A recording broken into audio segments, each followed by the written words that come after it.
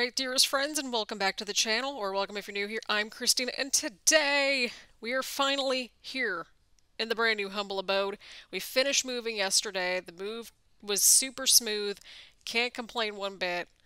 And we got it like all done by like around noon or so. So that was nice to just be able to be done and go grab some lunch, go turn in the keys, that sort of thing. But we are officially here in the brand new apartment here in Northern Kentucky, and I'm feeling the positive energy here so far.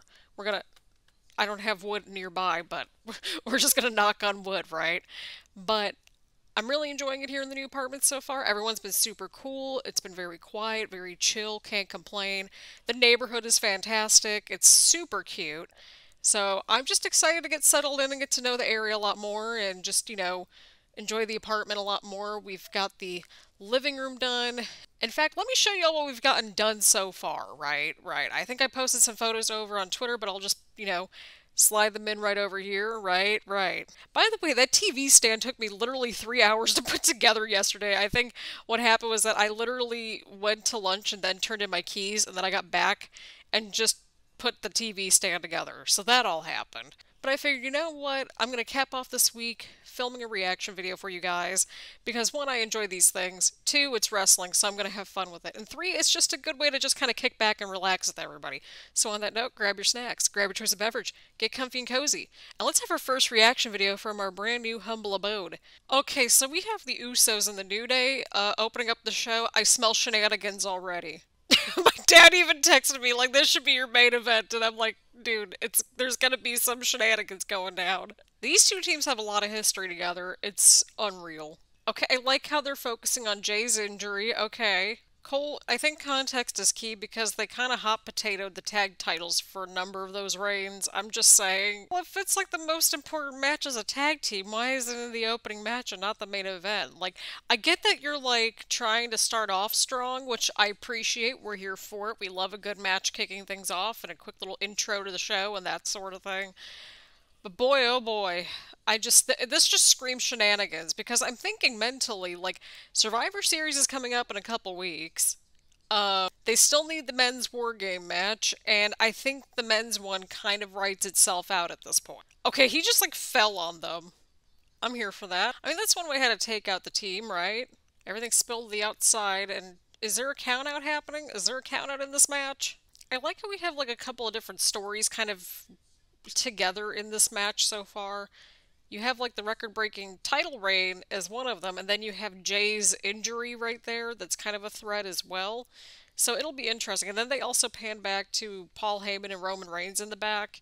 So that whole situation, like, so it's like there's layers to this match, and I can definitely appreciate that. I love how the crowd's chanting for Sami Uso. They did clarify on commentary that Sami isn't there tonight due to personal issues, so I don't know what that's about, but I hope everything's okay. We appreciate you, Sami. We appreciate you. That referee is earning his paycheck in this matchup. He's had to, like, deal with so much crap from, like, both teams in this match. Who is, like, screaming really loud in the crowd? I just heard this, like, screeching or screaming or something, and I just don't know what's going on. We got Jimmy and Xavier in the ring now. Okay. Nice kick. Nice clothesline. Nice splash. Beautiful leg drop. You got some good air on that, too. Just, like, put these two teams in a match and you just automatically know it's going to be good. Oh, that was a smooth tag. You can just see how much the crowd is really into this match. Like, they kind of zoomed in on some of the fans. You can just see, like, just how into this matchup everybody is, and that adds to it. I would agree. This is awesome, and I'm glad that at least they're... Maybe that's why they put them in the first match, to give them all the time that they need. Oh my god, what is happening in this match? We're all feeling oozy tonight. Dude, this is unreal. Oh, we got a standoff. Oh boy. Samantha Irvin just like jumped backwards in her chair right there as like Xavier Woods got super kicked right into the barricade. I'm like, same girl, same. That'd be me. What in the world was that? I don't know what that just was, but that was a really crazy cool ending, and I'm here for it. This was wild. This gets a clap, because this was just really solid. I had fun watching it, the crowd was really into it, and this was fantastic. Alright, everyone's all backstage except for Sami. Alright, what does Roman have to say? Okay, what kind of stuff are we handling, Roman? I'm getting concerned. Oh, maybe that's why that their match was up first, because Roman's gonna be closing it. What kind of business does he need to take care of? I mean, at least everybody's on the same page. This is lovely to see. Okay, so we have Shinsuke Nakamura versus Santos Escobar, and I swear to God, this sounds like something in my freaking universe mode. So the World Cup is only for SmackDown. I guess the last time we had the World Cup was when Shane McMahon was best in the world. So wait, how does this bracket look like? Do we have a tournament bracket? By the way, we have King of the Ring tournament going on in Universe mode. Y'all should check it out and fill out a bracket and that sort of thing. Do we have a bracket for this 8-man World Cup tournament? Cole, it's not going to help us if we can't visually see the bracket. Okay, I like the little detail in the corner where they have like the flags and stuff like that. That makes sense to me. But where's the tournament bracket? Oh, they've even got like the flags and stuff up on the screen. Okay, that's kind of cool. Did Barrett just reference what I thought he just referenced? Wow, Wade Barrett actually did reference CMLL. Oh my god, I thought I was hearing crap, but boy oh boy, we're getting a lot of name dropping and I love it. I'm gonna be yelling at them all night about this, but where's the freaking bracket at? We need a bracket for this thing. See, I really like the commentary and like the changes that they've made, because it's like they're actually giving some backstory into Santos Escobar for the people at home, because it's like nice to get a little bit of information about each of the characters each week. You know, you might learn a new thing or two, maybe they pull out a new move or two. It's the little developments that we appreciate around here. And it helps like people that might just be, you know, surfing through the channels and they're going to Fox. So, I mean, they might want to be like, oh, okay, what's this? This looks interesting. Who are these people? Okay, here are these people, and here's what they're about.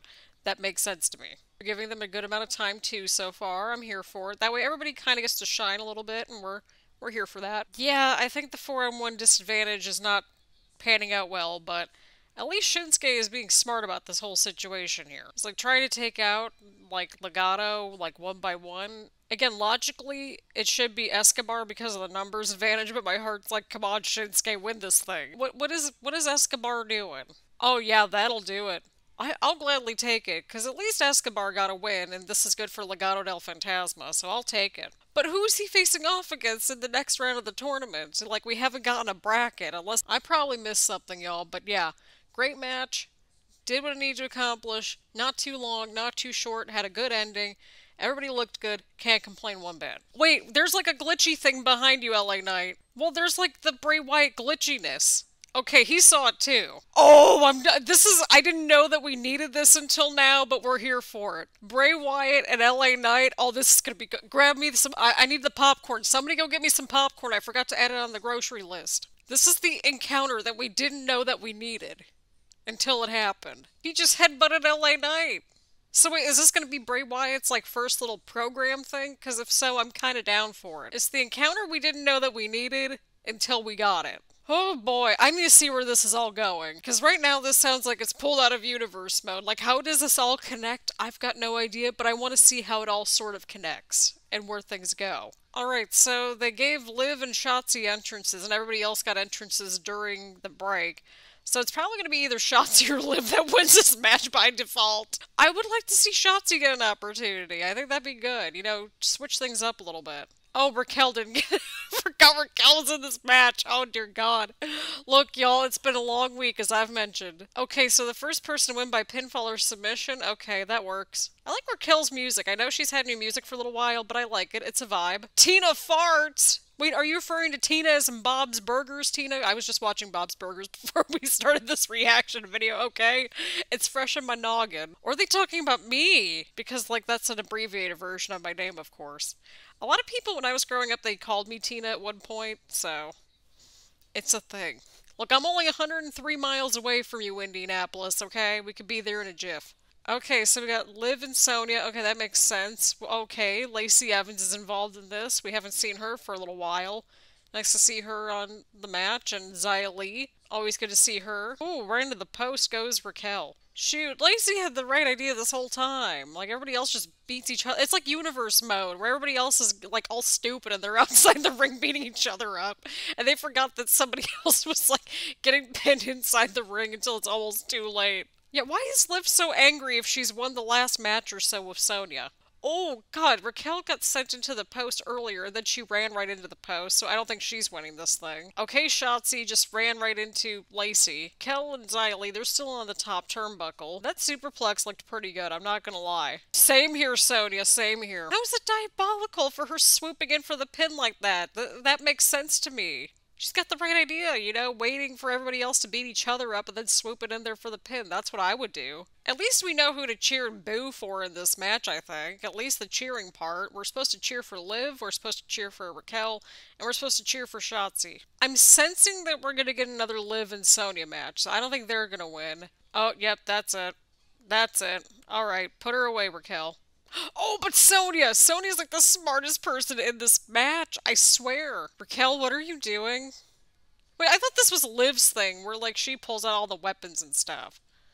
Why do we have a table out here? Raquel, why do you have a table out here? Like, what warranted this table use? That's what I'm trying to figure out. Like, just because she broke up a pinfall in the match? Somebody help me understand this. Oh no, I don't like this. I'm getting negative energy here.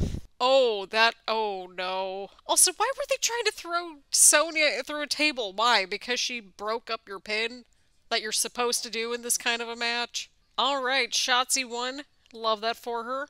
That move with the table and the steel steps was kind of a disaster towards the end. But I think the rest of the match was pretty serviceable. And I'm excited to see Shotzi get another opportunity at the title. Wait, this is at the pay-per-view? Okay, I'm down. We got another match to the pay-per-view. But let me know if you all want to do, like, maybe a live stream or something next Saturday night for Survivor Series. We'll have to see. It's probably going to be too cold to go anywhere anyway, so that's kind of my thinking there. And plus, it's Survivor Series War Games, and we get War Games matches, so yeah. Let me know if that's something that you all want, and maybe we can hang out, chill, eat some good food, and watch Survivor Series together. Let me know if that's something that you're interested in. Maybe we'll run a poll on that. We'll run a poll on that. Okay, but, like, why does Braun have the same exact outfit? Like, I can just imagine Braun just having, like, a whole entire shelf full of, like, these freaking bright red pants. Alright, so we have Jinder Mahal versus Braun Strowman in the World Cup match. What is this tournament bracket looking like? I'm confused. I don't think it's in any question as to who's winning this match. Is Braun really from the Midwest? Is Braun also Midwesty bestie? Alright, according to the most reliable source possible, he's apparently from North Carolina. That is not the Midwest, bestie. Alright, well, that takes care of Jinder. Who's Braun taking on next? Cole, who is he facing in 2 weeks? Who is Santos Escobar facing in 2 weeks? I know that we're getting Ricochet and Mustafa Ali in another match, which... It wasn't Mustafa Ali, like, on Raw?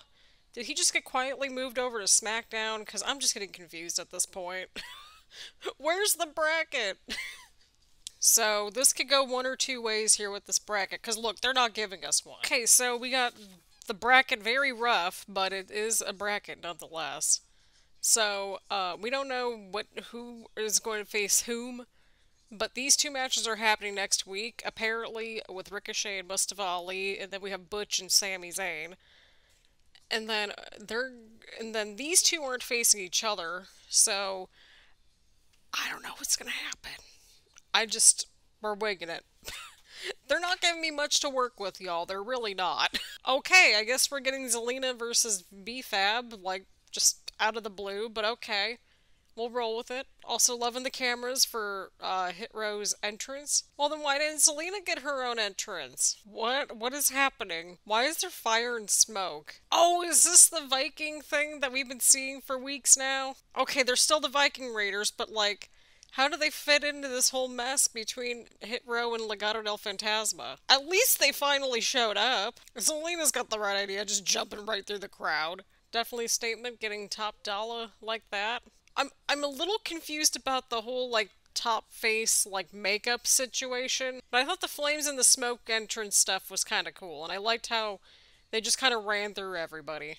I don't think I had this on the bingo board, but I'm totally okay with it. I feel like that's a good summation of this episode. I didn't have this on the 2022 bingo board, but I'm kind of okay with it. But at least we got the Viking Raiders back, and at least we're not getting the weird videos every single week that remind me of American Horror Story too much. Look, it reminded me of like the sixth season, the Roanoke season, where they had like the creepy people in the woods and stuff like that. I don't know why it reminded me of that, but it did, alright? But we'll have to see where this whole storyline goes and see how these three teams sort of mix it up. So they were starting to advertise during the show that it was going to be Roman Reigns' special moment, and I have no idea what we're in store for, but I'm excited to see. Like, if anything's got Roman Reigns in it, I'm automatically interested in it, alright? Alright. God, that ring announcer's great. She's fantastic. I think the only faction slash group that we haven't seen yet are like the Brawling Brutes. I know Sheamus was out because of the honeymoon and everything like that. Congratulations to Sheamus. So I'm curious because they're like the only team that we have not seen on this show tonight so far. So I'm wondering if we're going to get maybe the Brawling Brutes out here at some point. Because they still got unfinished business with the Usos, and Butch has a match coming up in this World Cup situation, so I don't know. Paul Heyman's like, just like admiring Roman Reigns. I love it. His facial expressions say it all. Although it does make me sad that we're getting Roman Reigns' a special moment without Sami Zayn. Sami Zayn, you international treasure, you. I mean, I'm not in Indianapolis, but we do acknowledge you, Roman. I love how we just got a thumbs up to just keep talking. Wait, what? Oh, my screen just went black for a second. I got really confused. I'm like, alright, Bray Wyatt, it's not very Usy of you. Well, yeah, because you're missing Sammy. Like, now everything just feels off without him. I mean, they're two vastly different groups, but we like them, and we've liked their little rivalry that they've had for God knows how many years now for a reason.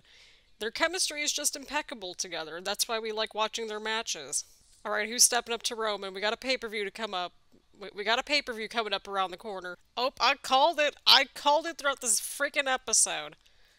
I've called it during this whole entire episode, friends. I'm here for it. Give me the Brawling Brutes versus the Bloodline people. Okay, at least they were smart and brought people back.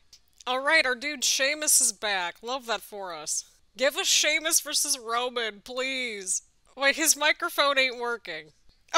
Roman acknowledged the microphone issues. Hey, look, we have our fair share of sound issues here in Cincinnati, as we saw at AEW Dynamite when they were here for the Tuesday show.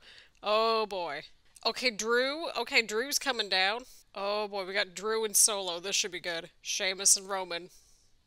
This should be good. This should be good. Oh, I guess this is how we're ending the episode. Love that for us. For fading to black on a brawl. Well, that was certainly something. I was thinking, like, Brawling Brutes in the New Day, but I'm like, okay, they're definitely going to make us, you know, have the match at Survivor Series, probably, right? You know, with War Games possibly. Because Monday Night Raw can't have both the War Games matches. There's no way. So, you have the Brawling Brutes and Drew versus the Bloodline. Presumably, you know, with Sammy in there and that sort of thing. Who's going to be joining the Brawling Brutes and Drew? That'll be the big question, but we're gonna have to find out what happens next week, right? Right. Alright, so final thoughts for this week's episode. I overall thought it was a pretty solid episode. The matches kind of, you know, they served their purposes and that sort of thing. We had a lot of stories that started, seemingly enough, and we had some plots further along. We revisited the Bloodline and the Brawling Brute situation. Drew got involved, so that was kind of nice, and it gives him something to do for a little bit, too. And then we also had the interesting segment with LA Knight and Bray Wyatt. I want to know where that's all going to go. And it's definitely going to be interesting when they get like a full-blown, like 10 minutes on the microphone type of moment. Like that's the thing that we're waiting for, people. It's going to be interesting to see what happens with the World Cup situation, because we still don't have a bracket at the time of recording this. Look, I tried, y'all. I tried. I really did try. The women's six-pack was a little messy towards the end, but I think it overall at least stuck the landing, so I'll take that. But overall, I enjoyed this week's episode. It was definitely a strong one. The opening matchup with the Usos and the New Day, go out of your way to watch that. And also go out of your way to watch that LA Knight and Bray Wyatt segment, just because it was like one of those, again, weird situations where it's like, I didn't know I needed this until we got it moments, right? So, yeah, lots of different things with the women's division, the tag teams. We got a lot of moving pieces here on Smackdown. So, yeah, let me know what y'all thought about this week's episode of Smackdown. We'll be back next week with another reaction video as well, and hopefully we'll be much more unpacked by that point. At least we got ourselves a little corner to kind of work with here. And let me know if this corner kind of works for you all, too. We're kind of rolling with it at this point, just because it's nice and cozy and comfy, right? Right. So, thank you all so much for tuning in. Leave a like, leave a comment, make sure to hit the subscribe button or hit the bell button so you get notifications around here and that sort of thing. So thank you all so much for tuning in, and I will see you all around next one.